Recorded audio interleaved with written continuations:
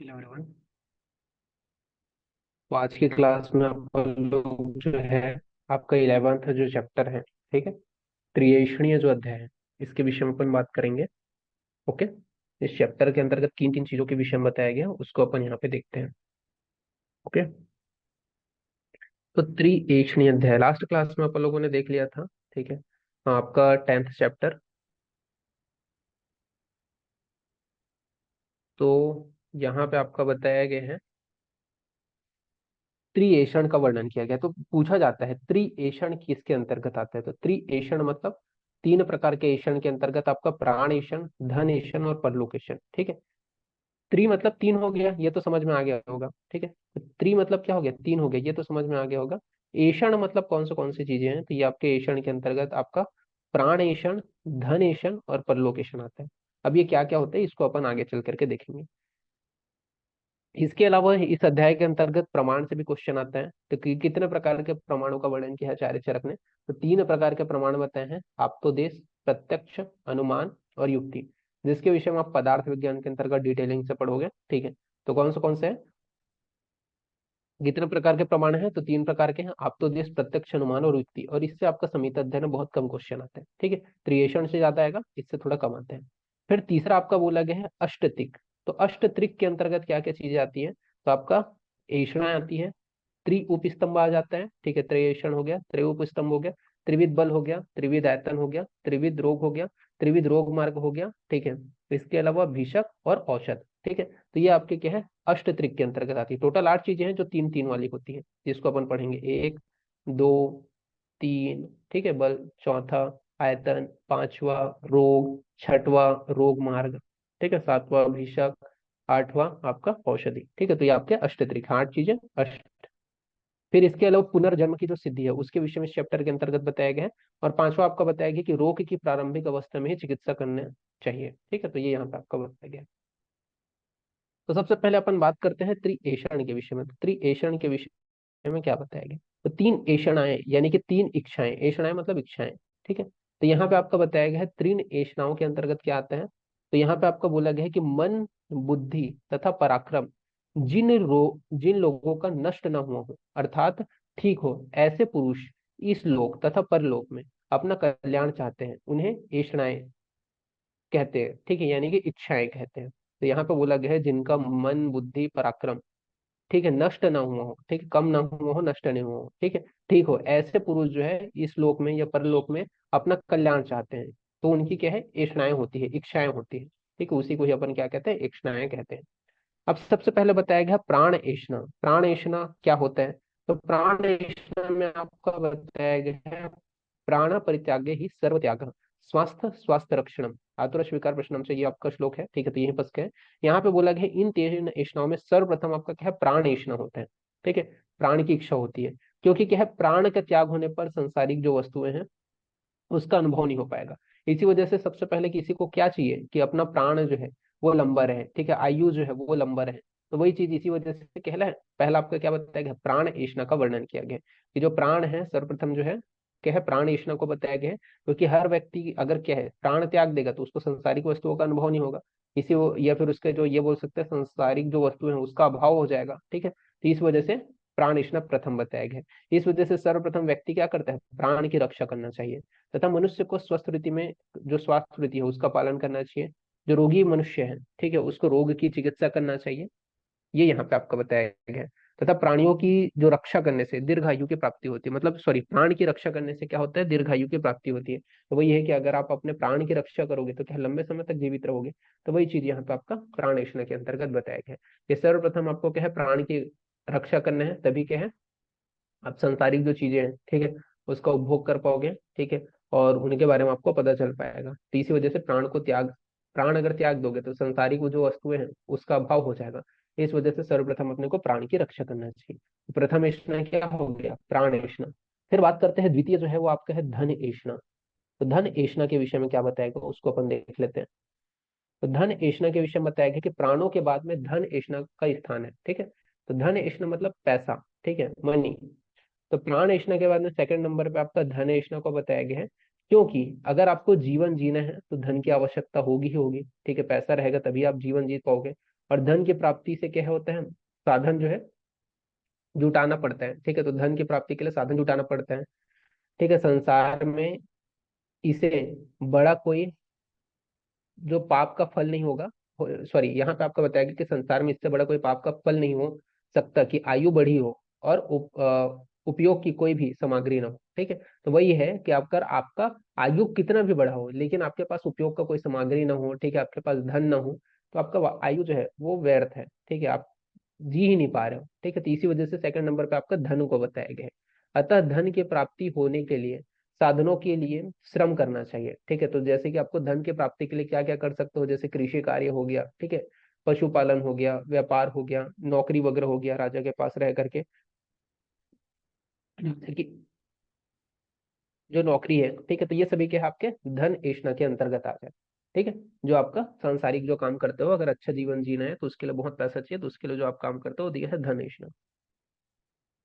इसके बाद में अपन बात करते हैं परलोक ऐष्णा के विषय में। तो परलोक ऐष्णा में क्या बताया गया है उसको अपन देख लेते हैं। तो परलोक ऐष्णा में बताया गया है कि दीर्घ आयु धन की प्राप्ति के बाद तीसरी जो ऐष्णा होती है वो क्या होता है, आपका परलोक ऐष्णा होता है। ठीक है, तीसरे स्थान पे इसे रखा गया है। और किंतु परलोक के विषय में संदेह है। ठीक है, इस ऐष्णा के विषय में संदेह भी है। ठीक है, क्यों संदेह है, ठीक है, तो यह यहाँ पे आपका बताया गया है कि जब व्यक्ति की मृत्यु हो जाती है, ठीक है, मर जाने के पश्चात इस लोक से हम नष्ट हो जाते हैं। ठीक है, तो पुनः जन्म होगा, पुनः जन्म लेगा कि नहीं लेगा, ठीक है, या कुछ जो व्यक्ति होते हैं वो नास्तिकवाद होते हैं, यानी कि भगवान को नहीं मानते हैं, और जो क्या है प्रत्यक्ष प्रमाण को मानते हैं, तो वो क्या है पुनर्जन्म को नहीं मानते हैं। और कुछ व्यक्ति क्या है आस्तिक होते हैं, इस वजह से जो शास्त्र है उसमें पुनर्जन्म को मानते हैं। ठीक है, तो ये क्या है परलोक ऐष्णा के अंतर्गत आ जाता है कि परलोक है कि नहीं है। ठीक है, वो क्या है आपका उसके विषय में संदेह भी है। तो परलोक ऐष्णा के अंतर्गत ये चीज आता है कि परलोक को प्राप्त हो गए मृत्यु के पश्चात, जो आपकी इच्छा होती है कि मुक्ति हो जाए। ठीक है, तो परलोक ऐष्णा के अंतर्गत आता है। लेकिन इसके ऊपर जो है बहुत ज्यादा कंट्रोवर्सी है, कई लोग इसको मानते भी है, कई लोग नहीं मानते हैं। जैसे कि कई लोग इस वजह से नहीं मानते क्योंकि उन लोग क्या है नास्तिक है, भगवान को मानते नहीं है, तो पुनर्जन्म को नहीं मानेंगे, उन लोग प्रमाण को बस मानते हैं। और कई लोग आस्तिक हैं तो पुनर्जन्म को भी मानते हैं। ठीक है, तो इस प्रकार से इसे दो भाग में डिवाइड किया गया, एक होगा आपका नास्तिक और एक होगा आपका आस्तिक। क्या क्या चीजें बोली गई हैं, तो आस्तिक के नास्तिक किसको बोलेंगे, तो जो क्या है प्रत्यक्षवादी होगा, जो प्रत्यक्ष चीजों को मानेगा उसे अपन नास्तिक बोलेंगे। जबकि आस्तिकवाद किसको बोलेंगे, तो जो क्या है माता पिता, ठीक है, उनको मानने वाला होगा। इसके अलावा स्वाभाविक स्वभाववाद को मानने वाला होगा। ठीक है, इसके अलावा परिनिर्माणवादी होगा। ठीक है, या दृक्षवादी होगा। तो इन चारों को क्या है पुनर्जन्म का कारण माना गया है। ठीक है, तो मातृपितृवाद, स्वभाववादी, ठीक है, परिनिर्माणवादी और यदृक्षवादी, इन चार कारणों को क्या है पुनर्जन्म का कारण बनाया गया है, और जो क्या है आस्तिक के अंतर्गत आता है। तो इसको आपको याद रखना है। ठीक है, साथ ही साथ मैं इस नोट्स का आपको पासवर्ड भी बता देता हूँ। इसका पासवर्ड रहेगा आपका TRJ11। ठीक है, तो TRJ11, इससे ये PDF ओपन हो जाएगा। नाउ नेक्स्ट अपन आगे बढ़ते हैं। इसके बाद हम अपन बात करते हैं, ये तो हो गया आपका ऐष्णाएं हमने बात कर लिया, अब बात करते हैं प्रमाण के विषय में। ठीक है, सेकंड जो था वो क्या था आपका प्रमाण। तो प्रमाण के विषय में क्या बताया गया, तो प्रमाण जो है ये इसी को ही क्या बोलते हैं परीक्षा भी कहते हैं। तो अगर पूछा जाए आचार्य चरक के अनुसार चतुर्विध परीक्षा के अंतर्गत क्या क्या चीजें आती है, तो आपके वो चार चीजें कौन से हैं, तो सबसे पहले है आपका आप्तोदेश, दूसरा है आपका प्रत्यक्ष, तीसरा है अनुमान, और चौथा है आपका युक्ति। ठीक है, तो ये आपके क्या है, आपके चार प्रकार की परीक्षाएं बताई गई है। तो सत और असत की परीक्षा इन चार प्रकार से होता है। कौन सी चीज सत है, ठीक है, कौन सी चीज असत है, इन के बारे में आपको जो ज्ञान है वो चार के आधार पर होता है, आप्तोदेश, प्रत्यक्ष, अनुमान और युक्ति के द्वारा। फिर आप्त और आप्तोदेश का लक्षण बताया गया। तो आप्त और आप्तोदेश के लक्षण बताए गए हैं कि सर्वप्रथम आप्त का लक्षण बताया गया है। तो बोला गया है कि अपनी तपस्या या ज्ञान के बल से जो रज और तम से मुक्त हो जाए, ठीक है, और जिसे सदा भूत भविष्य और वर्तमान काल का ज्ञान हो, ठीक है, उसका क्या है निर्बुद्ध रूप से उसे क्या है उसे ज्ञान हो, किसी भी प्रकार की बाधा पहुंचाए बिना उसे ज्ञान हो, तथा जिसकी ज्ञान शक्ति कभी भी, मतलब ये बोल सकते ज्ञान शक्ति कभी भी नहीं रुकती हो, ऐसे व्यक्तियों को आप्त या विशिष्ट या बुद्धि विशेष कहा जाता है। ठीक है, या विबुद्ध कहा जाता है। ठीक है, तो आप तो यानी कि जो आचार्य थे उनको अपन एक हिसाब से बोलेंगे, जो गुरुजन थे उनको अपन बोलेंगे, जिनका क्या है बल जो है वो तपस्या से इतना जो बल है वो प्राप्त कर चुके थे कि तम और रज के ऊपर आसानी से अपना पकड़ बना लेते थे, मानसिक भाव के ऊपर, जो भूत भविष्य के बारे में उनको ज्ञान रहता था, ठीक है, वर्तमान काल के बारे में, और जिनकी शक्ति इतना ज्यादा जो है दृढ़ रहती थी, ठीक है, कि वो क्या है मतलब बहुत ज्यादा दृढ़ रहती थी ज्ञान शक्ति, वो चीजों को पढ़ते थे तो उनको याद हो जाता था, उनके बारे में उनको पता चल जाता था। तो उसे अपन क्या बोलेंगे, आप्त जन बोलेंगे या विशिष्ट जन बोलेंगे, ठीक है, या विबुद्ध बोलेंगे, तो वो यहाँ पे बोला गया। आप्त व्यक्ति के वचन या उपदेश संदेह रहित होते हैं, ठीक है, तो उसमें किसी भी प्रकार का आपको क्या है संदेह करने की जरूरत नहीं है, ठीक है। तो क्या है, आप्त जन के जो उपदेश होते हैं वो संदेह रहित होते हैं, वो जो चीज बोलते हैं वो चीज है, ठीक है। और आप्त पुरुष रज और तम से शून्य होते हैं, उनमें रज और तम का कोई भाव नहीं होता है, ठीक है। इस कारण वो सदैव सत्य ही बोलेंगे, उनमें कोई लालच ही नहीं है रस्तम के कारण, तो हमेशा सत्य बोलेंगे। तो ये क्या है, आप्त, आप्तोदेश या आप्तोजन, यानी कि उनके द्वारा जो भी सिद्धांत दिया गया वो आप्तोदेश कहलाएगा, उनके द्वारा जो भी चीज बोला गया वो आप्तोदेश कहलाएगा। आप्तजन यानी कि जो गुरुजन है, ठीक है, जो भी आपके इस प्रकार के जिन्होंने रज और तम के ऊपर अपना पकड़ बना लिया है, ठीक है, उनके बारे में उनका कुछ भी मतलब प्रभाव ही नहीं पड़ रहा है, ठीक है, ज्ञान विज्ञान से संपन्न है, भूत भविष्य के बारे में जानते हैं, वो आप्तजन कहलाएंगे, और उनके द्वारा जो शब्द बोले गए वो आप्तोदेश कहलाएगा। तो ये प्रथम प्रमाण है।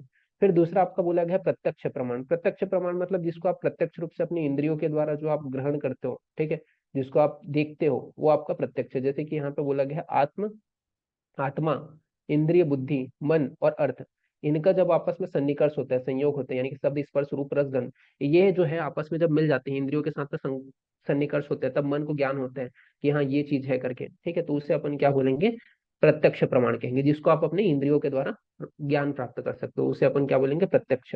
अब प्रत्यक्ष भी इसके दो टाइप्स है, एक होगा आपका लौकिक प्रत्यक्ष और एक होगा आपका अलौकिक प्रत्यक्ष। लौकिक प्रत्यक्ष के भी दो टाइप हैं, ठीक है। लौकिक मतलब इस लोक में आपको जो ज्ञान होता है, जैसे कि आपका एक्सटर्नली बाह्य इंद्रिय पंच इंद्रिय के द्वारा जो ज्ञान होता है, ठीक है, अभ्यांतर जो मानस ज्ञान होता है, ठीक है। इसके अलावा अलौकिक के अंतर्गत सामान्य ज्ञान और योजन बताया गया, जिसके विषय में आप जो है पदार्थ विज्ञान के अंतर्गत डिटेलिंग से पढ़ोगे, ठीक है। बस इसका टाइप्स को बस यहाँ पे ध्यान रखना, ठीक है। तो प्रत्यक्ष मतलब जिसको आप अपनी इंद्रियों के द्वारा ग्रहण कर सकते हो या जान सकते हो, वो प्रत्यक्ष है। फिर तीसरा होता है अनुमान। तो अनुमान क्या होता है, प्रत्यक्ष ज्ञान अनुसार तीन प्रकार का या तीनों कालों का जो ज्ञान होता है वो क्या है आपका अनुमान कहलाता है। जैसे कि भूत, भविष्य और वर्तमान, ठीक है, इसके बारे में आप क्या है अनुमान बस लगा सकते हो। जैसे कि वर्तमान काल के बारे में, तो वर्तमान काल के बारे में आप कैसे पता कर सकते हो, अनुमान कैसे कर सकते हो, कि धूम छिपी अग्नि का अनुमान करना, मतलब जैसे कि धुआं जहां से निकल रहा है, ठीक है, इसके विषय में अपने पदार्थ में भी पढ़ा है कि धुआं जहां से निकल रहा है तो आप नीचे में अनुमान लगा सकते हो कि अग्नि जल रहा होगा तभी धुआं निकल रहा है, तो ये अनुमान लगा रहे हो, ठीक है, कि हाँ धुआं निकल रहा है तो अग्नि जलेगी, ये वर्तमान है, ठीक है। इसके अलावा भूतकाल, भूतकाल के विषय में जैसे कि गर्भ को देख करके अतीत में मैथुन हुआ अनुमान, ठीक है, तो अतीत काल में जो मैथुन क्रिया की है, ठीक है, उसके वजह से क्या है गर्भ उत्पन्न हुआ है, तो ये भूतकाल का ज्ञान हो गया, अनुमान की हो बस, ठीक है, आपने देखा नहीं अनुमान बस लगाया। इसी प्रकार भविष्य काल का, तो भविष्य काल में यानी कि आपने बीज बोया है, उसको देख करके आप वो फ्यूचर में क्या है फल वगैरह उत्पन्न होगा उससे, ठीक है, एक प्लांट बनेगा फिर फल देगा, ठीक है, तो आप क्या है भविष्य काल का अनुमान कर रहे हो। तो ये एग्जाम्पल को याद रखना, ये अनुमान बस कर रहे हो आप, ठीक है, देखे नहीं हो, बस उसका अनुमान कर रहे हो कि धूप को, धुआं को देख करके आप क्या है उसमें छिपी हुई अग्नि का अनुमान कर रहे हो, ठीक है। भूतकाल में आप क्या है गर्भ को, भूतकाल में आप जो है गर्भ को देख करके उसका अनुमान कर रहे हो, ठीक है। तो ये यहाँ पे आपका बताया। तो ये आपके अनुमान के विषय में बताया गया है, ठीक है, तो ये प्रमाण को आप अनुमान के आधार पे इसको याद रखना, ठीक है। फिर इसके बाद हम बात करते हैं युक्ति प्रमाण के विषय में। तो युक्ति प्रमाण के विषय में क्या बताया गया है, तो युक्ति आप लगाते हो, जैसे कोई भी मेडिसिन देते हो आप कोई पेशेंट को, ठीक है, तो आप ध्यान रखते हो ना थोड़ा, आप अपने हिसाब से अपना दिमाग भी लगाते हो कि ये सिम्टम्स हैं, ये इसके डायग्नोसिस बने हैं, तो इस हिसाब से मेडिसिन देंगे, तो वो क्या है युक्ति प्रमाण। तो ये इसके विषय में क्या बोला गया है उसको अपन देख लेते हैं। तो यहाँ पे बोला गया है कि बहुत कारणों के योग से उत्पन्न अविज्ञात भावों को विज्ञात भावों के कार्यकरण भाव के अनुसार तथ्य को देख कर देखने वाला जो बुद्धि होता है उसे युक्ति कहते हैं। तो बहुत से कारणों के योग से उत्पन्न अविज्ञात भाव को विज्ञात भाव के कार्य कारण भाव के अनुसार तथ्य को देखने वाला जो बुद्धि होता है उसे अपन क्या कहते हैं, युक्ति कहते हैं।